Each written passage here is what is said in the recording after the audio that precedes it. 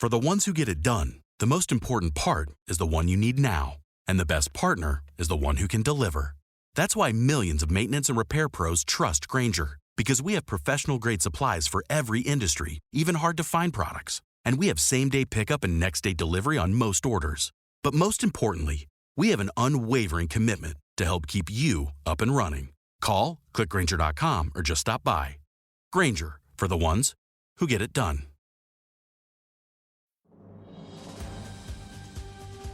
This episode brought to you by Progressive Insurance. Do you ever find yourself playing the budgeting game? Shifting a little money here, a little there, and hoping it all works out?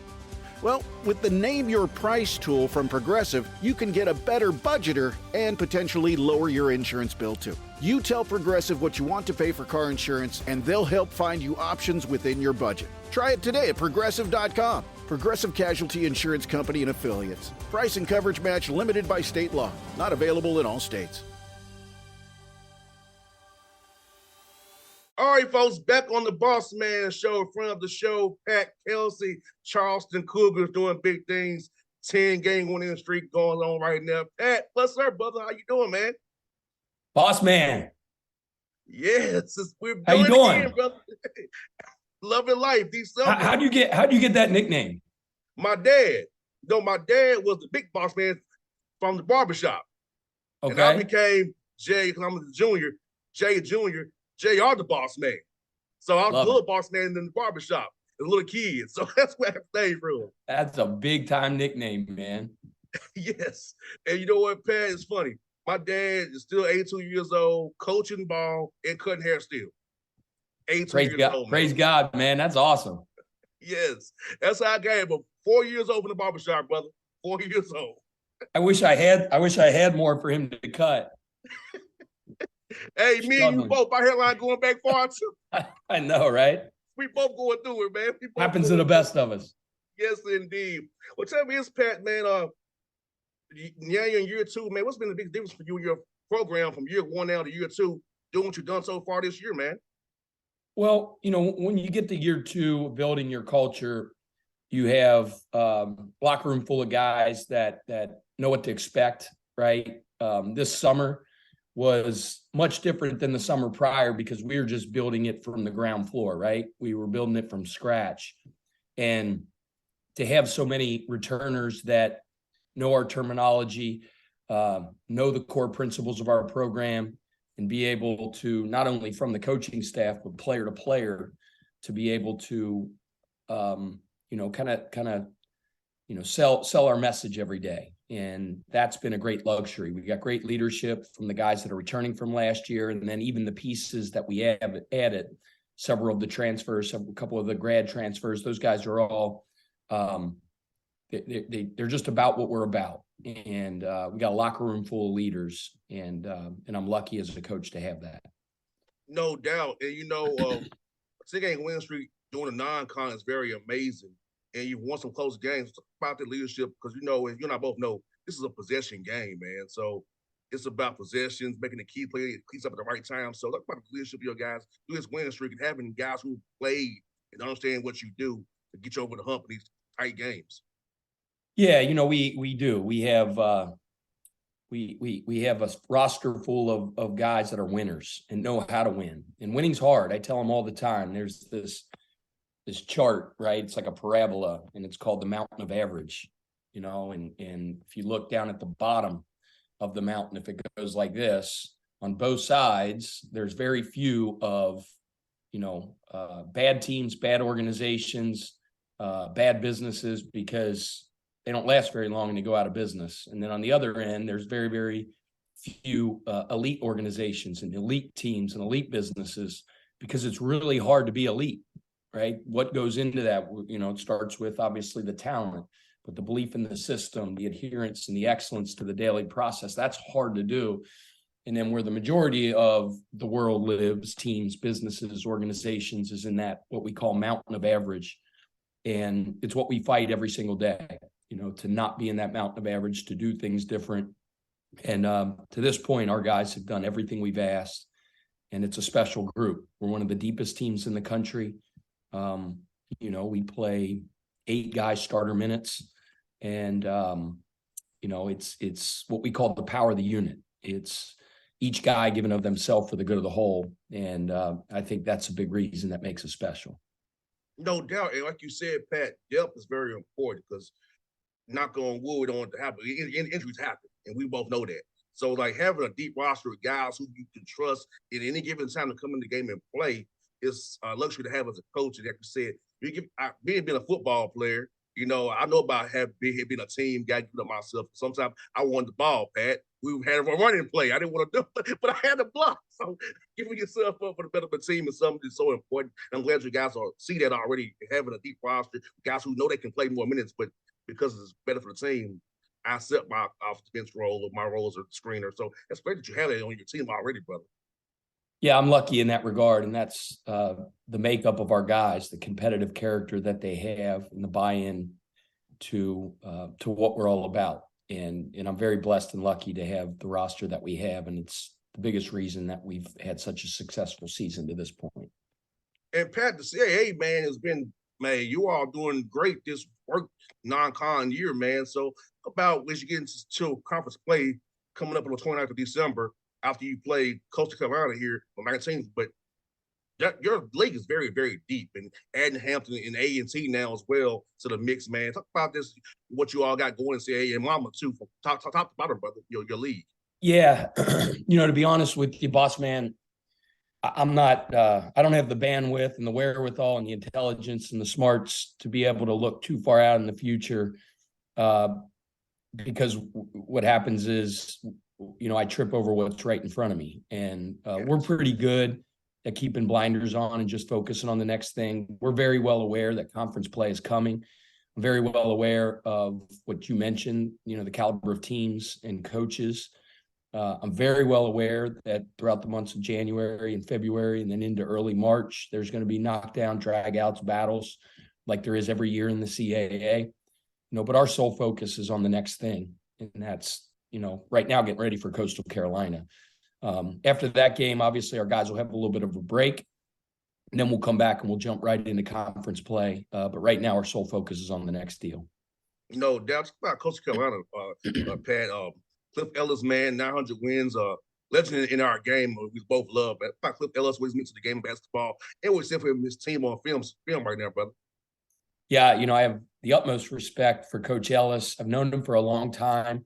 I was the head coach at Winthrop for many years, and we were in the same conference as Coastal Carolina, and on campus in Rock Hill at Winthrop, and on campus at Coastal Carolina, the Winthrop and Coastal Carolina rivalry was, one of the most heated that I'd been a part of. And obviously they left the league my last several years at Winthrop, but we've had many, many battles.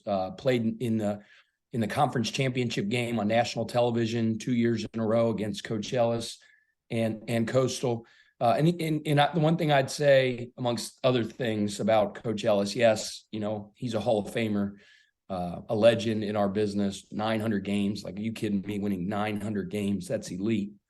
But the other thing is, he was very good to me when I first came into the league as a young coach that didn't know up from down, didn't know what the heck I was doing. And in those league meetings, he would kind of, give me some advice and give me some guidance. I remember one time we had our league meetings down in Hilton Head, and he was like playing the guitar down by the ocean. Like, he's a Renaissance man. Like, he'd sing and play the guitar, he'd coach hoop. He's just a really, really interesting guy with a big heart. He's always been really good to me. Looking forward to competing against him this week. No doubt, man. And you know what? Said Cliff Ellis, like I said, I remember Auburn days. I was a kid. I remember I had a ball boy for him as a city tournament in Atlanta. Is that right? That's how I remember Coach Ellis, man. Being a ball boy at city tournament at the Georgia Dome back in the day. It's wild, Pat. Tony Delk is a scout for the Mavericks now, right? And I told him, said, Tony, that game for Arkansas, I was your ball boy as an 8-year-old kid, man. When you play Arkansas, that game in the dome, he's like, making me feel old, JR. I said, Tony, I'm going to tell you the truth, man. I was 8 years old, ball boy for you. Go to the dome, and you played Arkansas, man. I know. It's just amazing, those moments that you remember doing those type of things. Like, on a totally different level. I mean, you were big time college level, ball boying for Tony Delk and those guys. But I remember one of my greatest memories from childhood is my uncle was the coach at one of the big high schools in the state of Ohio, and they were playing in the state championship in Columbus at old St. John's Arena, home of the Ohio State Buckeyes. And my cousin and I were on the floor as a ball boy for that game. One of my fondest, greatest memories, and I'm sure that's the same thing for you. No doubt, Pat. I'm gonna tell you, man, we're blessed. Now I'm blessed, man. I told you before, man. I grew up 5 minutes from the Georgia Dome as a kid, right? So being able to cover the Falcons, the Hawks, the Braves, knowing that as a kid, I couldn't afford to go to these places, bro. You know what I'm saying? And then I'm credentialed to be there every time I want to. So it's like knowing that is how blessed the Lord has done for me, man. That's from going from a kid to where I am now. It's means living the dream. Like I talk about Wilkins every day, which is amazing, you know. That's awesome. And the reason you're having such success is to me, it's so obvious. It's just the passion that you have for what you do. I'm such a big believer in that when you have passion, you work hard, you pour yourself into whatever endeavor you're involved with, you're going to have success in that. And I've always appreciated that about you. When you've had me on the show, you can just sense it. Even though we're on a computer screen, on a Zoom, we're not face to face, I can just feel, the energy with which you do what you do. And I appreciate that a lot. No doubt, Pat. I'm going to tell you, man, I enjoyed being in Cincinnati in summer. I went to the Western Southern Open. I saw Rafael Nadal play. He lost, but seeing Nadal play Upper Mason was fun, man. Going to Kings Island, man, I enjoyed that trip up to Cincinnati this summer. Me and my buddies, big Tennis fans. So, man, I enjoyed your hometown, man. It was great to be up there and watch that tournament. You ever go to that tournament whenever you're in town? You go up to Mason? Yeah, that's a world-class tournament. Besides the majors, my understanding is that's one of the biggest tennis tournaments in America. It's one of the Masters series. And it's kind of ironic. It's been the Western Southern Open for years and years. And just recently, a gentleman in his group from here in Charleston that also owns the tennis tournament here in Charleston and the tennis stadium here on Daniel Island, just recently purchased that tournament in Ohio. So kind of have a cool connection with that, but haven't been in years just because I've been out of town. When I come in town, it's just about seeing my family and my wife's family and seeing the nieces and nephews. And I if I can sneak in a Bengals game or a Reds game, I do that, but haven't been in during those times when the tennis tournament's going on. But it's a big time deal. There's no doubt. Well, I was there for the Falcon game this when they Bengals kicked our butts. Gave us a good butt whooping up there. I enjoyed being at Pop Brown Stadium, but being on the field, man, and Burrow and those guys you got, Pat, man, Chase, Higgins, man, Boyd, man. Well, here's a little secret that I think the whole world knows about sports and winning in building championships. My mom says this all the time. She didn't make up the quote. Some smart coach did. But she uses it all the time. She reminds me of it. It's not about the X's and O's. It's about the Jimmies and the Joes. I'm not a very good coach at all if I don't have good players. And, I have such respect for the culture that Zach Taylor and his staff has built in Cincinnati. You can feel it. The players are leaning forward. There's a bounce in their step. There's a belief. There's a way. And I have a ton of respect for that. But make no mistake, Joe Burrow's the real deal. Yes. He's the real deal. And in that sport, if you have an elite quarterback, and it's early in his career, and it's almost like blasphemy to say this, or for anybody to say this, but I've heard it said recently, he's the closest thing to Joe Montana that this league has seen since Joe Montana. And I watch every single Bengals game, and obviously, everybody knows about his confidence and his swagger, but just his Kobe Bryant-like mentality of winning, right? And of blocking out noise and stepping up in big moments and making big plays. He's got it. And obviously, he's got amazing, amazing talent around him like Jamar Chase and T. Higgins and Tyler Boyd, and the defense has really, really come along. And we're a championship contender, and I think we're a Super Bowl contender. But make no mistake, Joe Burrow is the dude, boss man. He's that good. Amen. Hey, man, seen him twice this year in person. Once in Cincinnati, one in Tennessee as well against the Titans. I mean, you had no Jamar Chase out there. It was just T. Higgins and him for the most part. I think that's the game that Mixon got hurt too. And still, yeah, look at his eye, man. Got the job done. A tough, tight team at home. Defense can't give you trouble with their pass rush. Joe stood cool in the pocket and just did his thing. And also, the line's gotten better too. Zach Taylor's doing a good job at the line. Samaje Perine back in Evans as well. The Bengals have weapons in every skill position, and I love it. I think it's so much fun to see too, and it's kind of like as a coach, you value this so much and appreciate it. When all those guys went down, Chase is down, and other guys step up. Joe Mixon goes down, our running back. Samaje Perine steps up and played at a championship level. That next man up mentality. And I hate to give the Pittsburgh Steelers props because nobody dislikes the Steelers more than I do because it's our bitter rival. But you got to tip your cap to their culture over the years. And they're not great right now, but decades of seeing them, have that culture and that next man up mentality and that toughness and that winning way. And to see the Bengals have that now is a like I said, a credit and a tip of the cap to what the coaching staff has built as well. No doubt, Pat. I'll be cheering for your guys, man. I like the Bengals. I think I'm sick of the Chiefs and the Bills personally. So I want to see them go back, man, because I'm back in the day. I used to like Darnay Scott, Carl Pickens, and Asias and Jeff Blake and all those dudes. I used to cheer for them, play with them on my old Madden game back in the day, NFL action when I was a kid, man. So I love the jerseys back in the day, man. So yeah, I'll cheer for you guys. I want somebody different finally. I mean, if a Cincinnati person heard this and heard you mention those names, you would get major props, major street cred that your Cincinnati stuff. You're throwing out Darnay Scott, you're throwing out Shaken Blake, Jeff Blake, you're throwing out Carl Pickens. I was at Corey Dillon's game when he broke the all-time single game rushing record. My brother and I never forget it. You remember that? Yes, I do. Yep.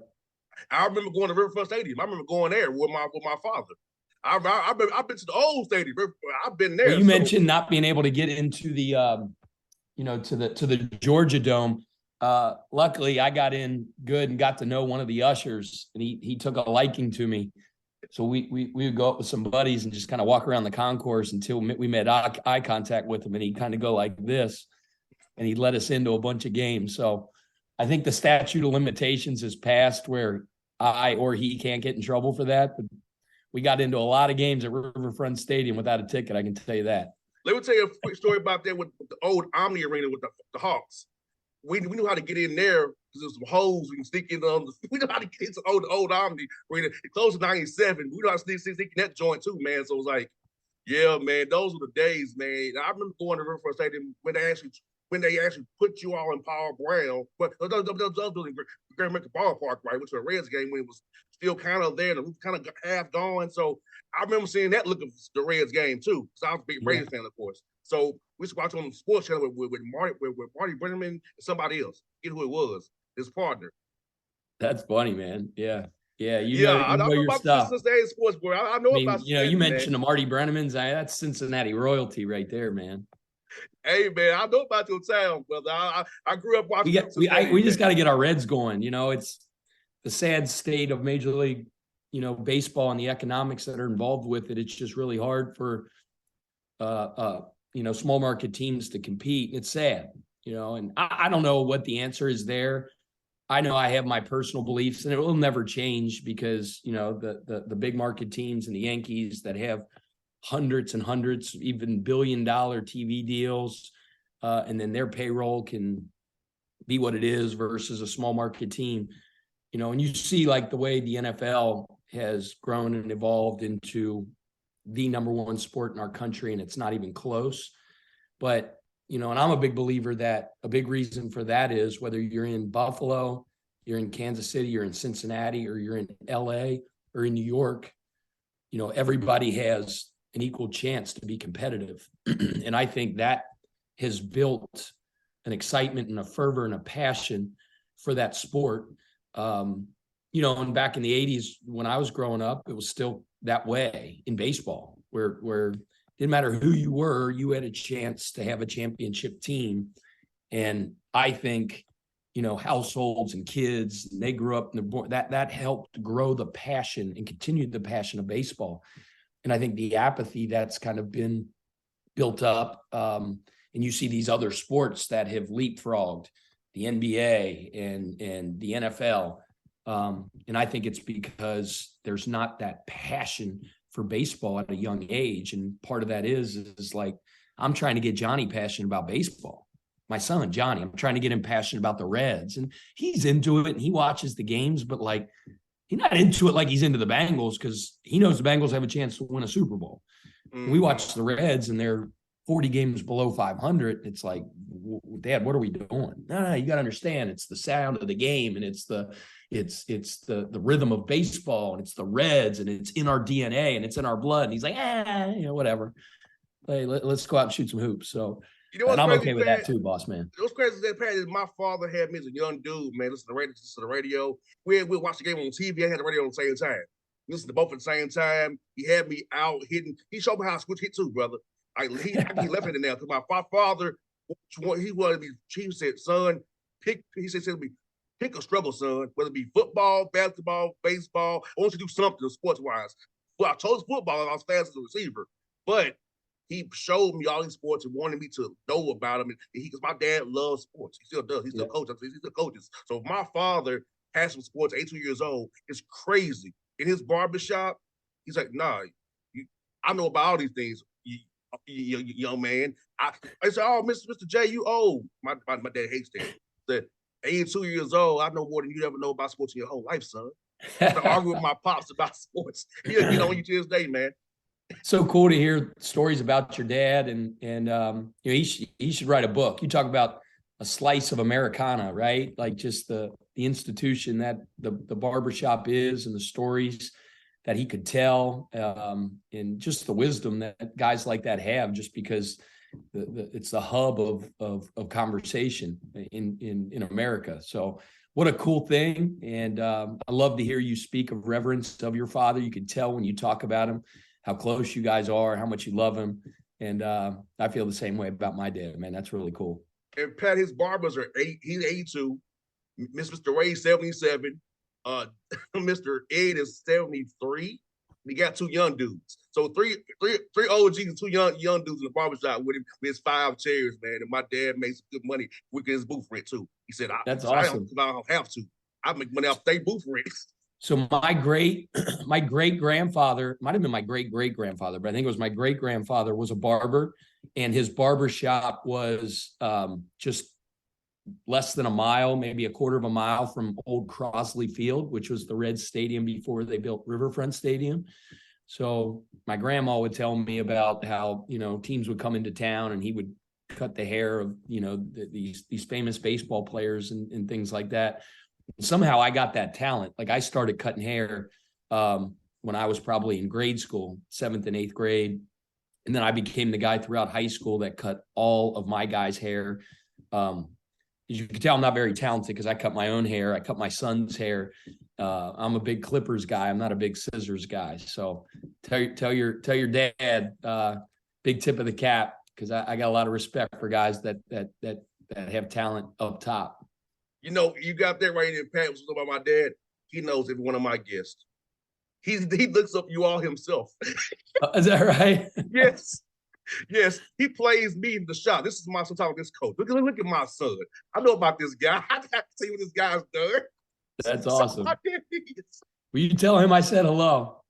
He'll hear this. Yes, he'll see that here. I will definitely tell him. Yes, the big boss man, Jay Senior. That guy's a great guy, Pat. Hope y'all come to Atlanta. Y'all play here one time. I think you can meet this guy. You would enjoy talking to my father for an hour in his shop. He can buzz you up every day for the game start. Love it. I love it. I'll do that, man. Let's do it. No doubt. With Pat, man, let's really talk to you, my brother. Glad you're 11-1, man, doing big things out in Charleston. Let's get the job, man. So we'll do this again real soon. I will text you off there about what we talked about before the interview started. So I hope that happens for you, brother. You talk to your legends of your Bengals, man. Yeah, man. You told me off air that Solomon Wilcox and Adam Pac-Man Jones. Those are 2 other Bengal legends. So you can introduce me to them, man. Like, geez, I owe you. Yes, indeed. Well, I'll make that happy for you, my brother. Hey, Pat, man, Merry Christmas, man. Hope you and the wife and the kids have a great time this holiday season. Enjoy some time off as well, brother. I know you work grinding like crazy, bro. Enjoy some time off, man, with your family, brother. All right, boss man. Good seeing you, buddy. Thank you. See you, Pat. See you, brother. Take care, man. See you, man.